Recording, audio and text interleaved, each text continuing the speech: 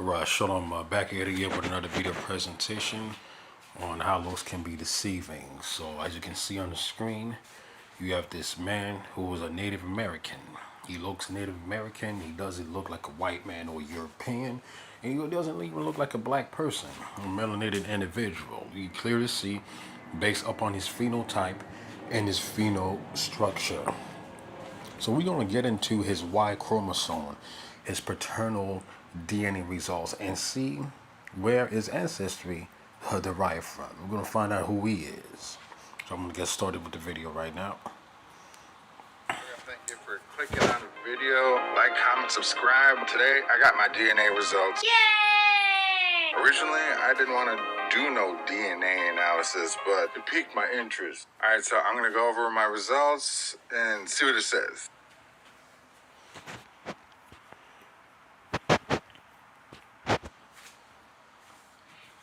All right, so this first one is like actually kind of shocking for me in a way.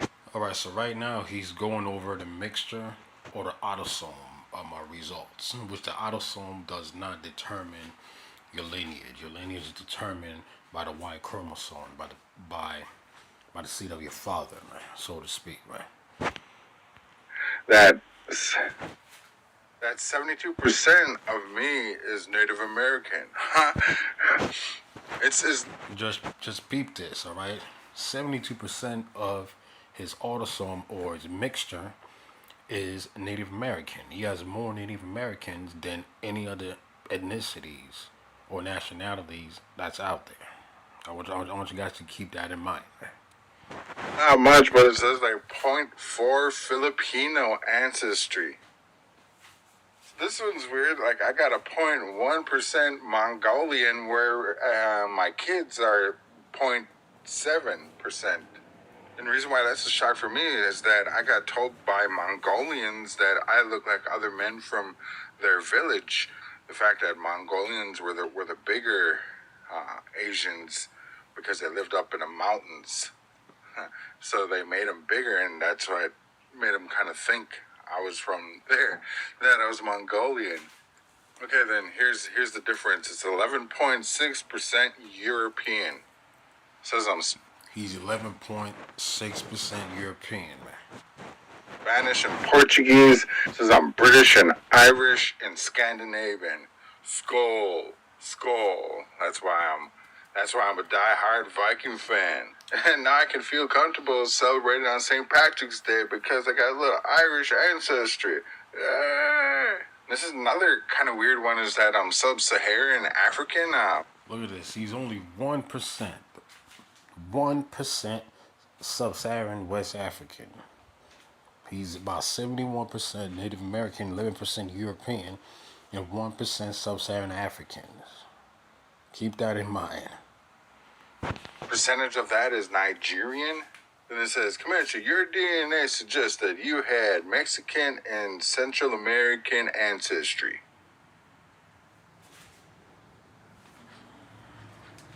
That's kind of obvious one.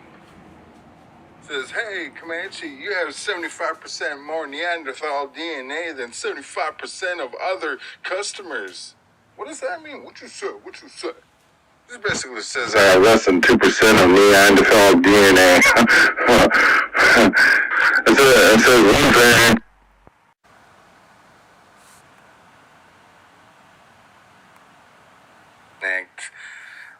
A couple hairs here and there, but like I eliminate that. So now I'm like, no, you're not making it here. So it tells you about your paternal haplogroup, which basically talks about your migration and where you're. Check this out. Now look at his paternal haplogroup. He has an E marker, EU290. EU290 is a marker of E1B1A. His quote-unquote mixture or autosome said that he was 71% Native American and 1% quote-unquote so-called West Sub-Saharan African.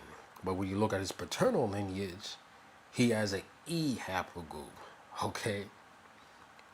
The E haplogroup, EU290, derives from E1B1A. Guess what? He's one of us. He's an Israelite, despite of his phenotype or phenol structure, which I've been telling you guys for the longest, that your phenotype and your phenol structure does not determine your nationality, your lineage, or who you are. You could look like another nation or another group of people, but if your Y-DNA haplogroup is E1B1A, guess what? And your ancestors came over here in cargo slave ships, guess what? You're an Israelite. Father's side come from. My ancestors from my father's side ventured out of Eastern Africa. They branched off in diverse groups that crossed and recrossed the globe over tens of thousands of years. Some of their migration can be traced through haplogroups, families, and lineages that descend from common ancestor. Your paternal haplogroup can reveal the path following by the men in your paternal line.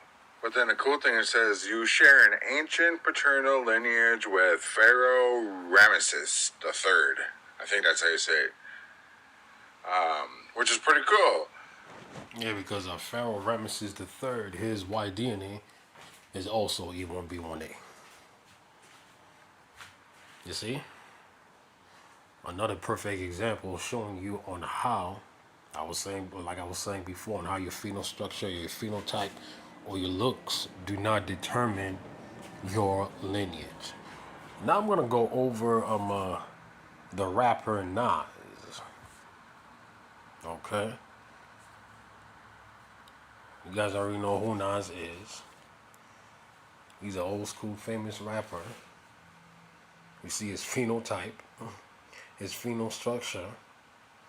So we don't go ahead and check out his lineage, his Y chromosome. Now a lot of you people are gonna get upset. You're gonna get mad.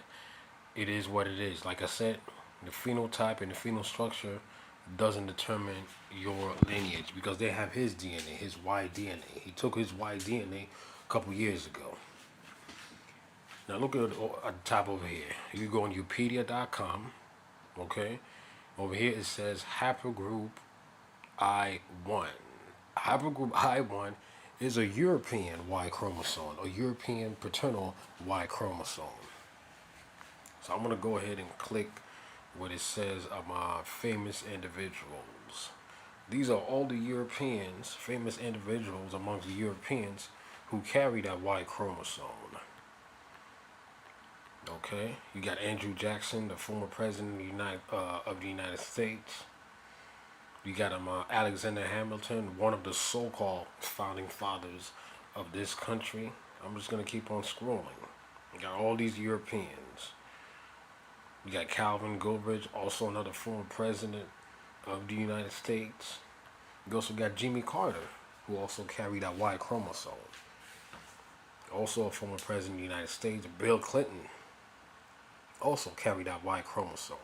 Other famous members of haplogroup I1. Look at what you have here.